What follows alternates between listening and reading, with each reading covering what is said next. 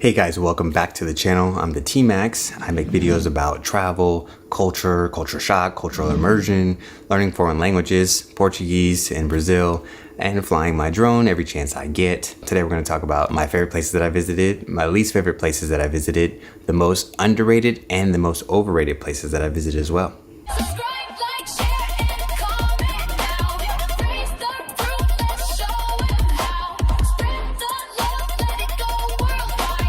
So my plan for each of these is my top 5 of each of these categories. Let's start with my favorite places that I visited. And this is going to be based on overall experience. So not just, the location or the people or the food or whatever, everything combined, the whole experience. So number 5 is actually 2 places. I know I cheated a little bit. Chapada Diamantina and Foz do Iguaçu. So Chapada Diamantina, I was there like maybe 2.5 weeks, and I just did some of the coolest outdoorsy type things, hiking with guides, hiking without guides, swimming. I just did it all, and it was just an amazing experience. Foz do Iguaçu, I stayed in a hostel. I only did tours. I went to the dam, I went to the waterfalls, but just the nature of it and the people that I ended up hanging out with were really cool. It was just really impressive place to go to, and I had a good time while visiting and learning about it. So number 4 is pipa. It's funny because pipa in Brazilian Portuguese means kite. So I'm like, kite? Oh, kite surfing. I only saw one guy kite surfing. So pipa is not just that. Pipa is like a bohemian side village that people don't know about or do know about, but you have to like invite only. It was amazing, so cool. And I wasn't even planning to go. I was in Natal, and Natal was getting kind of boring. Somebody was like, hey, you should check out pipa. I was like, okay. And so I went. I didn't have any expectations. I never even heard of it, and it ended up being a really amazing experience. The first thing I did was meet like 4 really cool people. We ended up doing forró. We watched the sunset. One of them was working there, so she was taking us around. It was the end of São João, so there was still some of that going on. Ouro Preto in Minas Gerais is so cool. It's stuck in time. So it's just historic. When you show up to the town, you're like, what century am I in? And this is where the gold mines were. And you can go into the mines. I met some really cool people in BH, and we went down there together. And then we ended up meeting more people. So we had all these people. It was like a group of 10. We're doing all these experiences. I got to fly the drone. We had this indoor waterfall. The food in Minas Gerais is always amazing. And you can walk everywhere. There's some hills though, so be ready for the hills. Number 2, Fernando de Noronha, the island paradise of Brazil. So everybody was complaining about how expensive it was, but it wasn't the most expensive place that I'd been to in Brazil, and it just was awesome though. Like just the nature, the pools were beautiful, the activities were really cool. It sucks that you have to sign up for some of them online and they're limited. There's a shuttle, a bus that runs on the island, and it's it was cheap, like 3 reales. It was one of the few times where people said, oh, it's gonna be so great, and it actually really was. Number 1, if you've watched my channel before, you already know what I'm gonna say. Lençóis Maranhenses, my favorite place in Brazil. Just beautiful. You might have seen it in Avengers Endgame or Infinity War, whichever one it was in. In the movie, it doesn't even do it justice. It's like, oh, cool. But when you go in real life, you're like, what? Yeah, freshwater lakes, sand dunes, just epic. I definitely recommend checking out my vlog for that one. You have to watch the whole thing to just really get an idea of how amazing this place was. So on the flip side, let's talk about the least interesting places I visited. Number 5 is João Pessoa. The city seems like it should have so much more, but they didn't have a free walking tour, which really turned me off immediately. There was very little information. The tourism center was closed. How am I supposed to learn about the city? So actually in that vlog, I ended up making a joke where I gave myself a tour. It should have been more than it was, and it wasn't, and I was not happy about that. Number 4, Campo Grande. Yeah, it's just very rural place. I think I just showed up in a downtime in the low season. It wasn't even people outside barely. But the capivara in the park, that was pretty cool. But yeah, it's kind of weird when that's the highlight.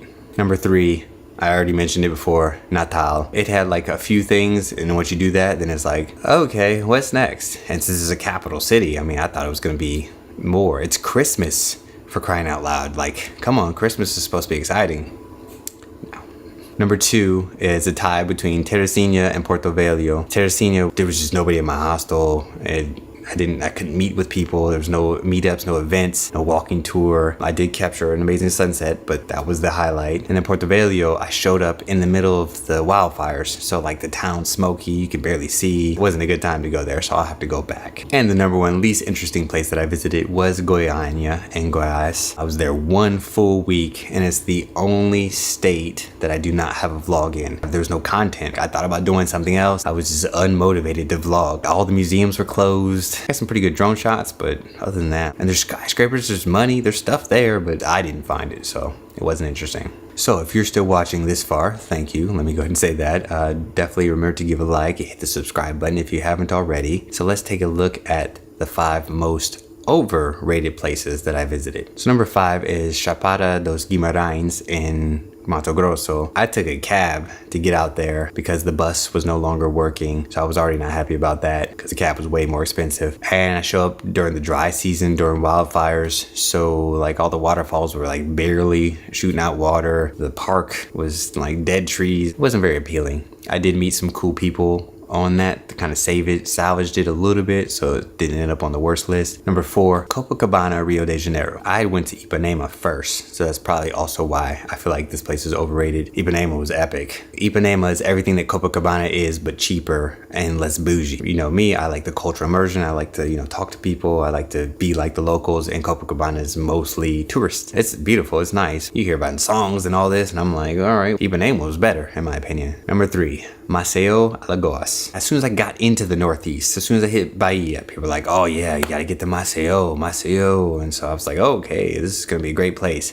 I didn't even vlog in Maceió because there was no walking tour. There was nothing interesting going on. I ended up doing my vlog in the Quilombo of Zumbi, which is really cool. Watch the vlog if you haven't. It's Alagoas, but not Maceió. And so I definitely recommend checking that out. But Maceió was like, overrated. Number 2, Búzios, Rio de Janeiro. I spent like 6 or 7 weeks in the state of Rio, which is a few weeks for Carnival in the city of Rio. And then I did Búzios, Arraial do Cabo, Cabo Frio, Paraty, Ilha Grande. I saw a lot of Rio. All those places were great. And then Búzios, it seemed like it was supposed to be great, but it just, I don't know, it was like dead maybe when I was there. And even though it was during Carnival, I don't know, it was supposed to be where all the people leave the city of Rio to go there. It's all the locals. So they go there and hang out, and I barely saw people there. So I was like, all right, Búzios is not as great as everybody's saying it is. And number 1 most overrated place that I visited was Salvador de Bahia. Now first, let me say, I'm black. You're black? I started in Sao Paulo in the south. And so most people that I talked to for the first 3 months that I lived in Brazil learning Portuguese, you gotta get to Bahia, you gotta get to Salvador. You are going to love it. I was like, me? Oh wow, this must be a multicultural place. It must have all these amazing things. And what I think people were saying is, you're black, you're gonna like it because there's a lot of black people there. Yeah, it wasn't that great. It wasn't a bad city. Like I didn't have a bad experience at all. So I came to Salvador with like big expectations, and it did not meet half of them. Most overrated for me. So now let's look at the most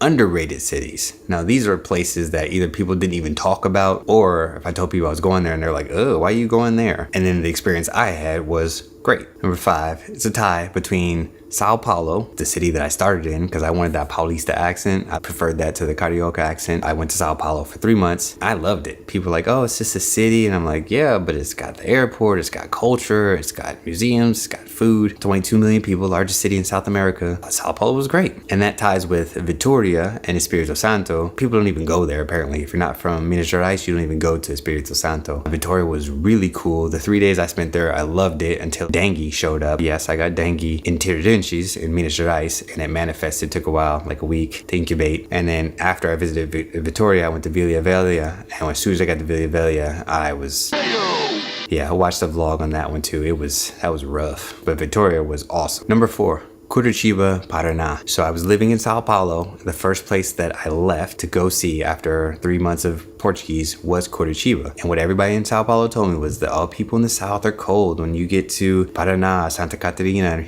Rio Grande do Sul, everybody's just cold. I've met so few Brazilians who aren't over the top friendly. But I showed up to Curitiba. It was great. Free walking tour. They had a tour bus. My hostel did tours. They did a language exchange at my hostel. I met like 50 people. We all went out to the mall together. I could walk around the city. I felt safe. I talked to people on the street, asked for directions. They're like, yeah, I will show you. I had no issues. For me, Curitiba was amazing. Number 3, Brasilia. All the foreigners that I had met were going to Brasilia and like, oh, it's so great, so great. And all the Brazilians were like, oh, Brasilia's, no, don't go there. I had mixed feelings. I was like, I'm not so tourist that, I'm going to be like the foreigners and love it for tourism. But I did. I really liked it. It's historical, whether you like it or agree with why it's there or not. It's there and it's part of the history. The architecture is amazing. I have a buddy that lives there, so I also made it cool. The nighttime skyline is epic. Like, Brasilia was way better than I was expecting because the locals kept saying how terrible it was. Number 2. Rio Branco, Acre. Yes, Acre does exist. So most people I talked to hadn't even been there, foreigners or locals. Nobody knew anything about it. I think I met 2 people the whole time I was in Brazil that were from Acre that didn't live in Acre. So they don't even travel outside the state. And I show up and it's the nicest, quaint little town. Everybody's friendly. I'm seeing stuff, eating food, and I'm vlogging the whole time. Everybody's like, yeah, come film this. So maybe they're trying to get on the map. I don't know. But I had an amazing time. I highly recommend. I'm going back. I liked it. And the number 1 most underrated place that I went to was Tepequém, Roraima. First of all, Roraima is not on the map. Most people are like, why go there? And Boa Vista, which is the capital, people are like,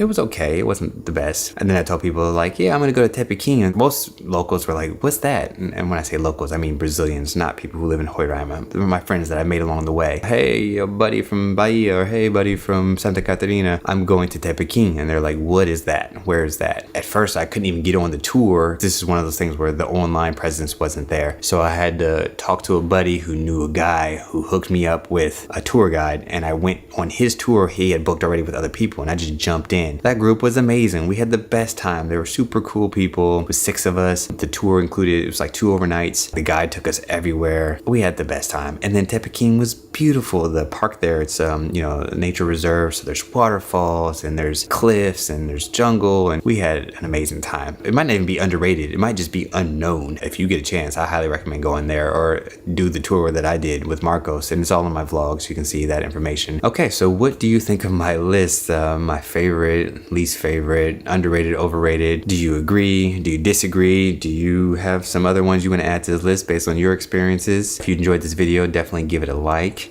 If you really enjoyed this video, share it with a friend and hit the subscribe button. And if you really, really, really liked it, definitely leave a comment below and say, hey, I really, really, really liked it. And I will see you guys in the next video.